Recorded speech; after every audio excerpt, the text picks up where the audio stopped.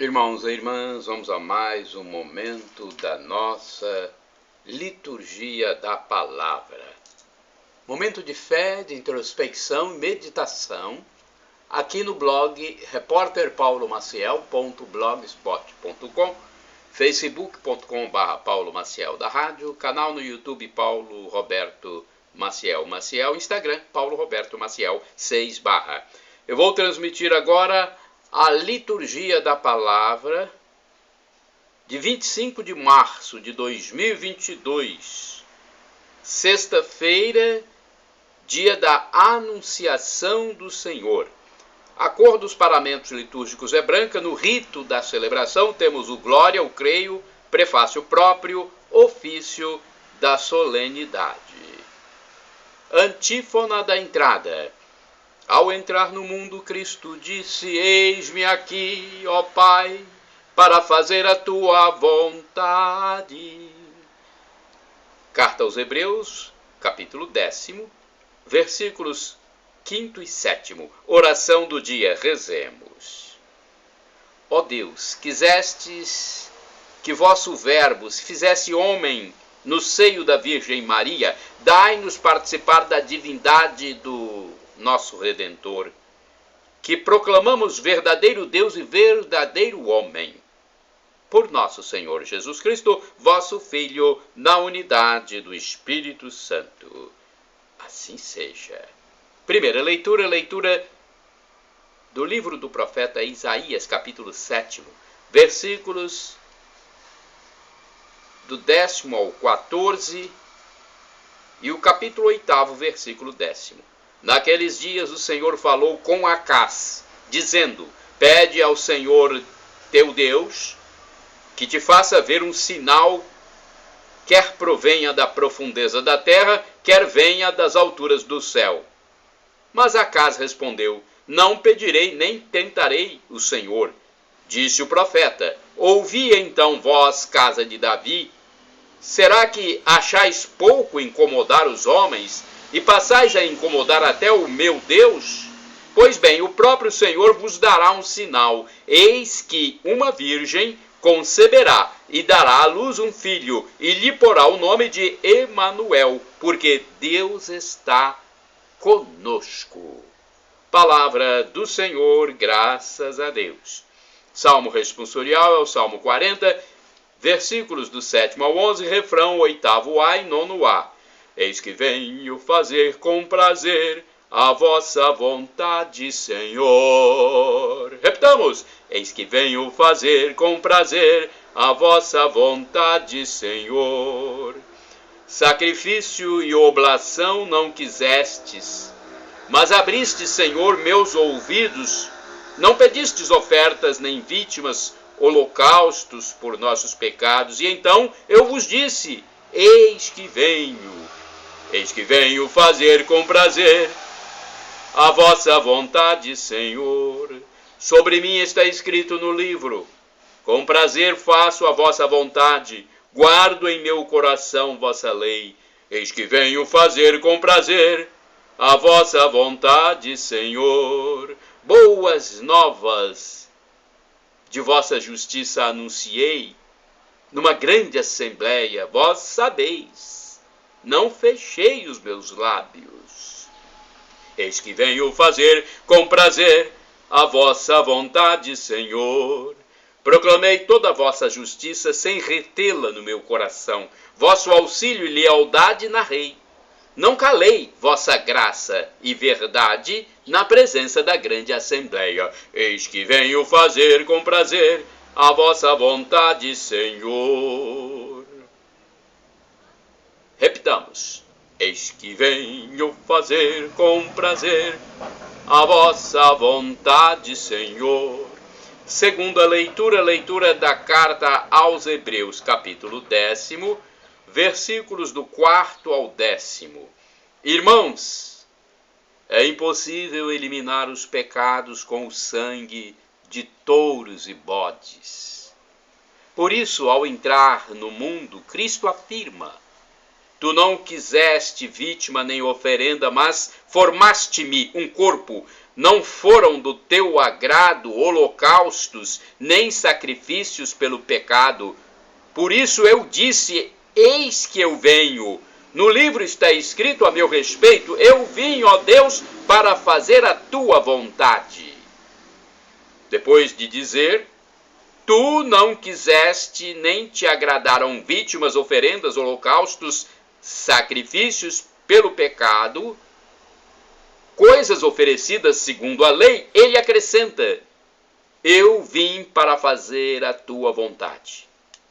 Com isso, suprime o primeiro sacrifício para estabelecer o segundo. É graças a esta vontade que somos santificados pela oferenda do corpo de Jesus Cristo, realizada uma vez por todas. Palavra do Senhor. Graças a Deus. Agora vamos ao Evangelho de Jesus Cristo, segundo São Lucas, capítulo 1, versículos do 26 ao 38. Glória a Cristo, palavra eterna do Pai, que é amor. Repitamos, glória a Cristo, palavra eterna do Pai, que é amor. A palavra se fez carne e habitou entre nós, e nós vimos sua glória que recebe de Deus Pai. João 1, versículo 14b. Glória a Cristo, palavra eterna do Pai, que é amor. Glória a Cristo, palavra do Pai, que é amor. O Senhor esteja convosco. Ele está no meio de nós. Proclamação do Evangelho de Jesus Cristo, segundo São Lucas. Glória a vós, Senhor.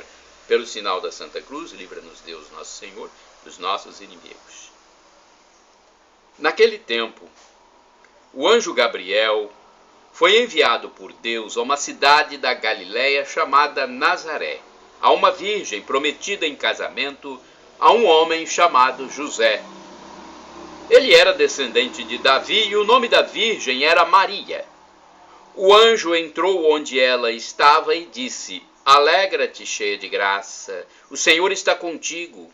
Maria ficou perturbada com estas palavras e começou a pensar qual seria o significado da saudação. O anjo então disse-lhe, não tenhas medo, Maria, porque encontraste graça diante de Deus. Eis que conceberás e darás à luz um filho, a quem porás o nome de Jesus. Ele será grande, será chamado Filho do Altíssimo, e o Senhor Deus lhe dará o trono de seu pai Davi. Ele reinará para sempre sobre os descendentes de Jacó, e o seu reino não terá fim. Maria perguntou ao anjo, como acontecerá isso se eu não conheço homem algum? O anjo respondeu, o Espírito Santo virá sobre ti, e o poder do Altíssimo te cobrirá com sua sombra. Por isso, o menino que vai nascer será chamado Santo, Filho de Deus. Também Isabel, tua parenta, concebeu um filho na velhice. Este já é o 6º mês daquela que era considerada estéril, porque para Deus nada é impossível. Maria então disse, eis aqui a serva do Senhor.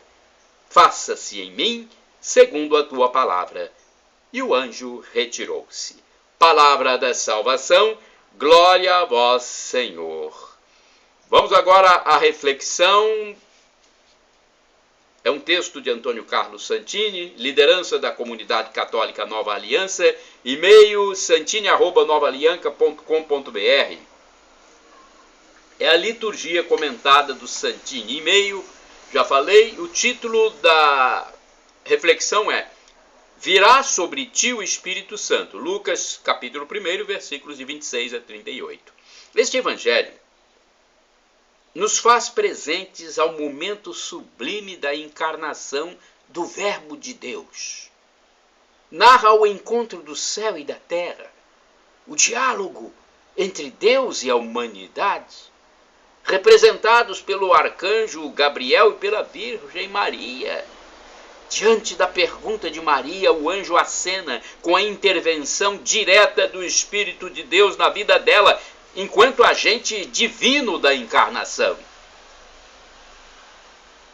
Transcrevo para você, que está acompanhando, um trecho do meu livro Sonetos do Agradecido, de Antônio Carlos Santini, editora O Lutador, Belo Horizonte, que comenta a mesma passagem.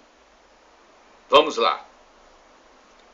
Quando Maria ouve de Gabriel estas palavras, não pode deixar de evocar a nuvem do Êxodo, que cobria de luz o caminho dos hebreus e mais tarde encheria todo o espaço interior da tenda de reunião, tornando-a impenetrável.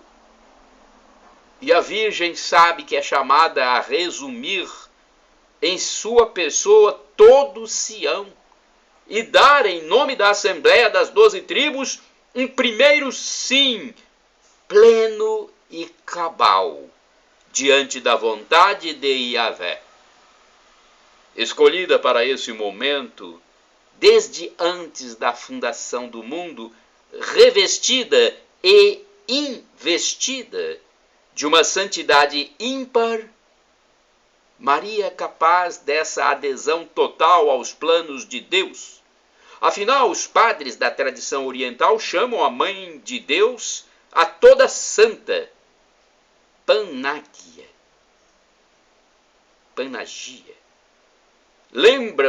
Celebram-na como imune de toda mancha de pecado, como que plasmada pelo Espírito Santo, formada como nova criatura. Pela graça de Deus, Maria permaneceu pura de todo pecado pessoal ao longo de toda a sua vida. O Espírito de Deus se mostra em todo o seu dinamismo, em cada momento chave da história da salvação. Muitos ícones, para representar esta atividade pneumática, traçam do alto da nuvem uma parábola luminosa que recai sobre a personagem agraciada, como no caso da Natividade. Na sombra da gruta, o raio luminoso recai sobre a cabeça do infante no colo de Maria. Assim, a revelação feita por Jesus a respeito de sua própria pessoa, conforme Lucas 4, versículos de 18 a 21, na sinagoga de Nazaré, enquanto ungida pelo Espírito Santo, diz respeito a uma realidade que remonta ao instante da anunciação.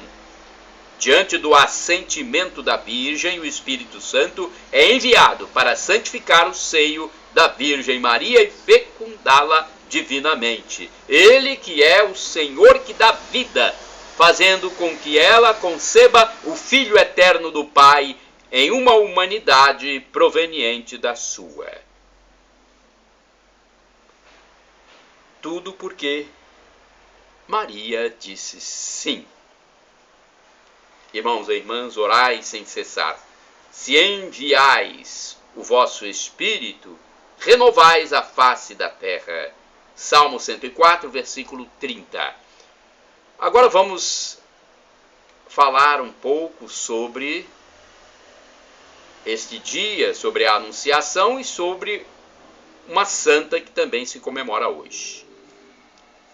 25 de março, a Anunciação do Senhor. Eu pesquisei no site da TV Século XXI, rs21.com.br. Vamos então ao texto sobre a Anunciação do Senhor. O caráter mariano desta solenidade, que os antigos livros da liturgia romana celebravam como solenidade do Senhor, é enfocado pelo ofício e pela missa do dia a dia. Esta festa remonta ao século VI. É tão antiga como a devoção a Nossa Senhora. Os primeiros cristãos lembravam as palavras do arcanjo Gabriel e da prima Isabel.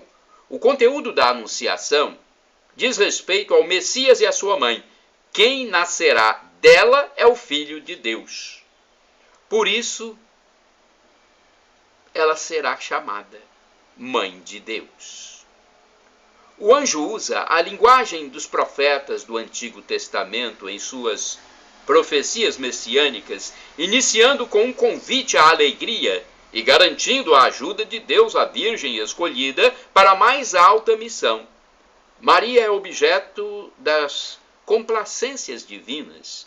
O Senhor está com ela. Encontrou graça aos olhos do Altíssimo. Será Virgem Mãe de Deus? A própria Maria reconhece, nas palavras do anjo, os termos proféticos que prenunciam a revelação do Messias. Comparando a profundidade religiosa do total abandono de Maria à vontade de Deus com aquilo que tem de sobrenatural com o anúncio feito, podemos afirmar que no momento da sua resposta definitiva do fiat, faça-se, nela estava já presente de modo real o que se tornara pouco a pouco manifesto no decorrer de sua vida, graças ao contato com o seu divino Filho. No momento da anunciação, Maria é a mais alta expressão da expectativa de Deus e do Messias no Antigo Testamento. É síntese e o ponto culminante da expectativa messiânica dos hebreus. É assim que a vê Lucas no Magnificat. É assim que a vê a patrística, que a revive na teologia contemporânea. Por causa da graça do seu nascimento sem mancha e de sua consagração virginal a Deus, Maria recebeu graças e luzes excepcionais. Graças a tudo isso, indicou na sua pessoa a abertura fundamental à expectativa de Yahvé Salvador. Santa Lúcia Filippini, agora. É uma santa desse dia, 25 de março. Santa Lúcia Filippini. Lúcia nasceu no dia 13 de janeiro de 1672 em Corneto Tarquinia, proximidades de Roma, na Itália, numa família honrada e abastada. Quando ainda tinha 1 ano de idade, Lúcia perdeu a mãe e, alguns anos mais tarde, o pai. Ela foi entregue para ser formada e educada às irmãs beneditinas, e junto delas a menina descobriu o dom que tinha para ensinar, muito dedicada aos estudos da Sagrada Escritura e com a alma cheia de caridade, tomou para si, ainda no início da adolescência, a função de ensinar o catecismo às crianças. Tantos eram os pequenos que a procuravam e tão cativante era a sua forma de transmitir a palavra do Senhor, que logo o padre do local a nomeou oficialmente a catequista paroquial. Certo dia passou pela sua cidade o cardeal Marcantônio Barbarigo, que conheceu Lúcia, reconheceu sua vocação e levou-a para acabar seus estudos com as irmãs clarissas. Preparada, foi colocada na liderança de uma missão que ele julgava essencial para corrigir os costumes cristãos de sua diocese. Fundar escolas católicas em diversas cidades. Lúcia, em sua humildade, a princípio relutou, achando que a função estava acima de suas possibilidades, mas o cardeal Marcantônio Barbarigo insistiu. E ela iniciou seu trabalho, que duraria 40 anos. A missão exigiu imensos esforços, tantos foram os sacrifícios a que teve que se submeter. Contudo, nada a afastou da tarefa recebida. Nessas 4 décadas, preparou professoras catequistas, fundou escolas e organizou-as em muitas cidades e dioceses. Quando o cardeal Barbarigo faleceu, as dificuldades aumentaram. Lúcia uniu-se então a outras professoras e catequistas, juntando todas numa congregação. Fundou em 1692 o Instituto das Professoras Pias. A fama do seu trabalho chegou ao Vaticano e em 1707 o Papa Clemente XI pediu para que Lúcia criasse uma de suas escolas em Roma. Lúcia Filippini faleceu aos 60 anos, no dia 25 de março de 1732, de câncer, mas docemente feliz pela sua vida, entregue a Deus e às crianças, sementes das novas famílias que são a seiva da sociedade.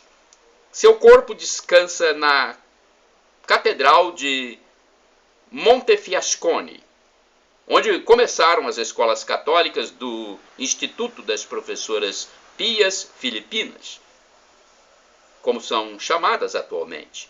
A festa litúrgica de Santa Lúcia Filippini foi marcada para o dia 26 de março pelo Papa Pio XI, na solenidade de sua canonização em 1930. Hoje, as escolas das professoras pias filipinas, além de atuarem em toda a Itália, estão espalhadas por todo o território norte-americano num trabalho muito frutífero junto à comunidade. Shalom Adonai é uma expressão hebraica que significa a paz de Deus, é o que eu desejo para todos vocês. El Shaddai. El Shaddai, no hebraico para o português, Deus onipotente, Deus do impossível.